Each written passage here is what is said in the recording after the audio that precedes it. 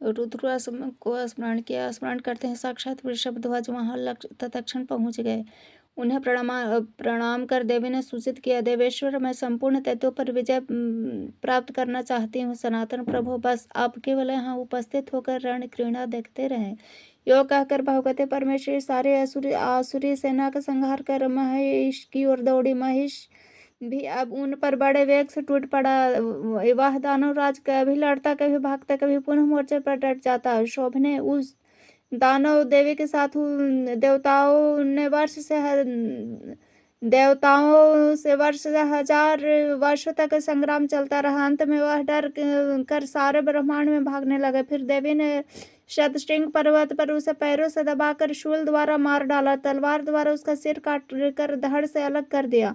महिषासुर का जीव शरीर से अलग कर देवी शस्त्र निपात के प्रभाव से स्वर्ग में चला गया। उस अजय असुर को पराजित देखकर ब्रह्मा जी सहित संपूर्ण देवता देवी की इस प्रकार स्तुति करने लगे। देवताओं ने स्तुति की, महाने शरीरों से सुसंपन्न देवी, गंभीरा, भीम दर्शना, जय, स्थिति सिद्धांता,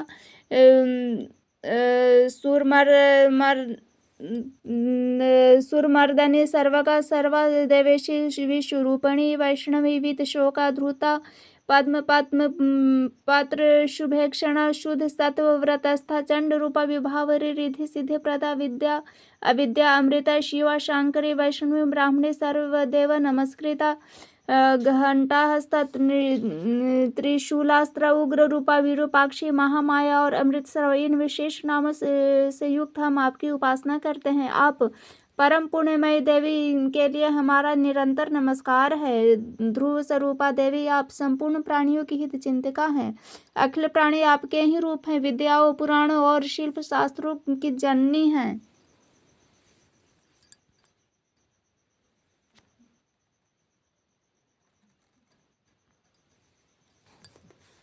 संसार आप पर अविलंबित है। अंबिके संपूर्ण वेदों के रहस्य और सभी देहधारियों के केवल आप ही शरण है। शुभ है। आपको सामान्य जनता विद्या एवं अविद्या नाम से पुकारते हैं। आपको हमारा निरंतर सततः अत्यंत नमस्कार है। परमेश्वरी, आप विरूपाक्षी, शांति, शोभितांजला, अमला नाम से भी विख्यात है। महादेवी, हम आपको बारंबार नमस्कार करते हैं। भगवती परमेश्वरी, रण संकट के उपस्थित होने पर जो आपकी शरण लेते हैं उन भक्तों के सामने किसी प्रकार का अशुभ नहीं आता। देवी, सिंह व्याघ्र के भय, चोर भय, राज भय, अन्य घोर भय के उपस्थित होने पर जो पुरुष मन को सावधान कर इस स्तोत्र का सदा पाठ करेगा वह सब भी संकटों से छूट जाएगा। देवी, कारागार में पड़ा हुआ मानव यदि आपका स्मरण करेगा तो बंधनों से उसकी मुक्ति हो जाएगी। वह आनंद पूर्वक सुख से स्वतंत्र जीवन व्यतीत करेगा। भगवान वराह कहते हैं, सुंदरी पृथ्वी, इस प्रकार देवताओं द्वारा स्तुति नमस्कार किए जाने पर भगवती वैष्णवी ने कहा, देवतागण, आप लोग कोई उत्तम वर मांग लें। देवता बोले, पुण्य रूप स्वरूपिणी देवी, आप इस स्तोत्र का जो पुरुष पाठ करेगा उनकी आप संपूर्ण कामनाएं पूर्ण करने की कृपा करें। यदि यही हमारा अभिलाषित वर है। इस पर सर्वदेवीमयी देवी ने उन देवताओं को एवं वस्तु कहकर वहां से उनको विदा कर दिया। स्वामी वहीं विराजमान रहे। धराधर यह देवी के दूसरे स्वरूप का वर्णन हुआ। जो इसे जान लेता हुआ है शोक, दुख एवं दोषों से मुक्त होकर भगवती के आनंदमय पद को प्राप्त करता है।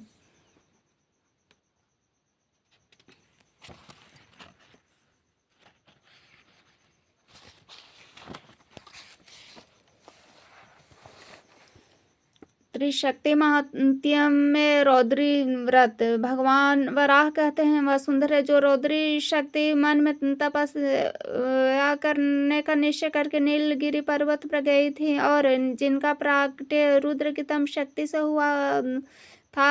अब उनके व्रत की बात सुनो। अखिल जगत के रक्षा के निश्चय से वे दीर्घ काल तक तपस्या के साधन में लगी रही। पंचांगनी सेवन का नियम बना लिया। उस प्रकार उन देवी की तपस्या करते हुए कुछ समय व्यतीत हो जाने पर रूरू नामक एक असुर उत्पन्न हुआ जो महान तेजस्वी था। उसे ब्रह्मा जी का वर भी प्राप्त था। समुद्र के मध्य में वनों से घिरे रत्नपुरी उसकी राजधानी थी। संपूर्ण देवताओं को आतंकित कर वह दानव राज वहीं रहकर राज्य करता था। करोड़ों असुर उसके सहचर थे, जो एक से एक बढ़ चढ़ कर थे। उस समय ऐश्वर्य से युक्त वह रुरु ऐसा जान पड़ता था मानो दूसरा इंद्र ही हो। बहुत समय व्यतीत हो जाने के पश्चात उसके मन में लोकपालों पर विजय प्राप्त करने की इच्छा उत्पन्न हुई। देवताओं के साथ युद्ध करने में उसकी स्वाभाविक रुचि थी। अतः एक विशाल सेना का संग्रह कर जब वह महान असुर रुरु युद्ध करने के विचार से समुद्र के बाहर निकला, तब उसका जल बहुत जोरों से ऊपर उछलने लगा।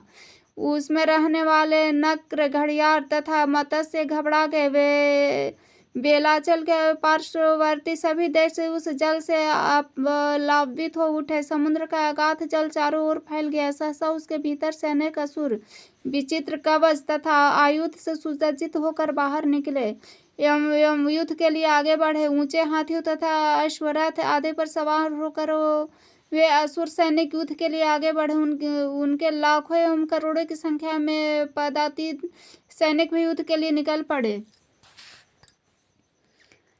सब युद्ध करने लगे। तत्काल शोभने रुरु सेना के रथ सूर्य के रथ के समान थे और उन पर मंत्र युक्त शस्त्र सुसज्जित थे। ऐसा असंख्य रथों पर उनके अनुगामी दैत्य हस्त त्राण से सुसज्जित होकर चल पड़े।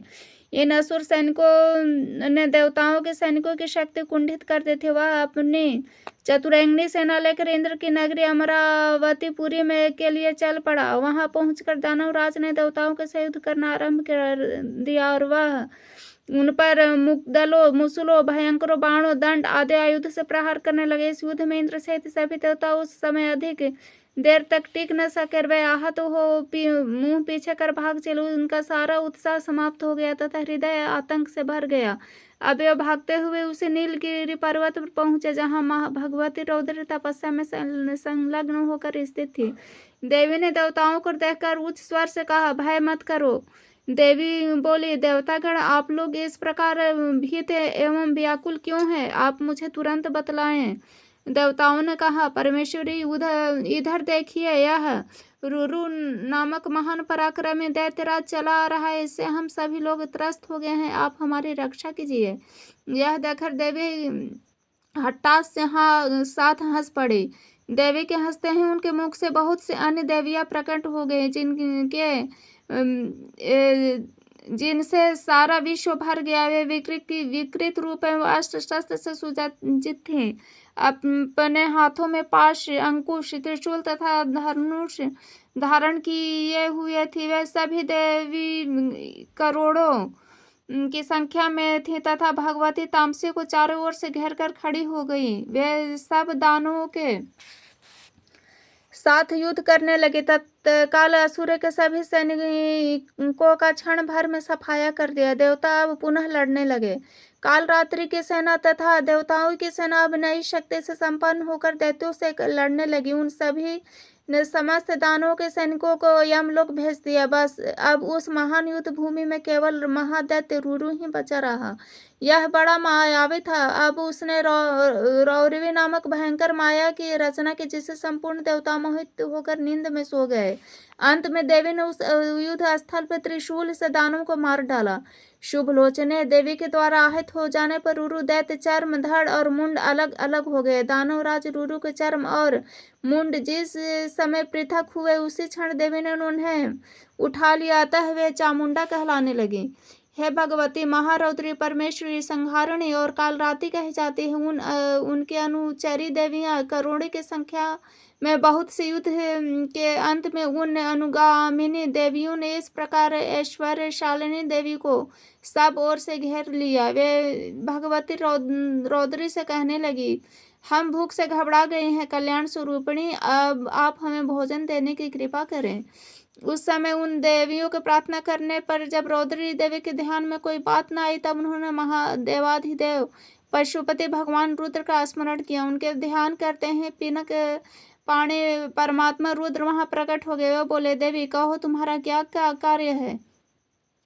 देवी ने कहा, देवेश, आप इस उपस्थित देवियों के लिए भोजन की कुछ सामग्री देने की कृपा करें, अन्यथा ये बलपूर्वक मुझे ही खा जाएंगी। रुद्र ने कहा, देवेश्री महाप्रभे, उनके खाने योग्य वस्तु वह है जो गर्भवती स्त्री दूसरी स्त्री के पहने हुए वस्त्रों को पहनकर अथवा विशेषकर दूसरे पुरुष का स्पर्श पाकर पाक निर्माण करती हैं। वह इन देवियों के लिए भोजन की सामग्री है। अज्ञानी व्यक्तियों द्वारा दिया हुआ बलि भाग भी ये देवियां ग्रहण करें, उन्हें पाकर 100 वर्षों के लिए सर्वथा तृप्त हो जाएं। अन्य कुछ देवियां प्रसव गृह में छिद्र का अन्वेषण करें, वहां लोग उनकी पूजा करेंगे। देवेशी, उस स्थान पर उनका निवास होगा। गृह, क्षेत्र, तड़ागों, वापियों और उद्यानों में जाकर निरंतर रोती हुई जो स्त्रियां मन मारे बैठी रहेगी, उनके शरीर में प्रवेश कर कुछ देवियां तृप्ति लाभ कर सकेंगी। फिर भगवान शंकर ने इधर जब रूरू को मरा हुआ देखा, तब वे देवी की इस प्रकार स्तुति करने लगे।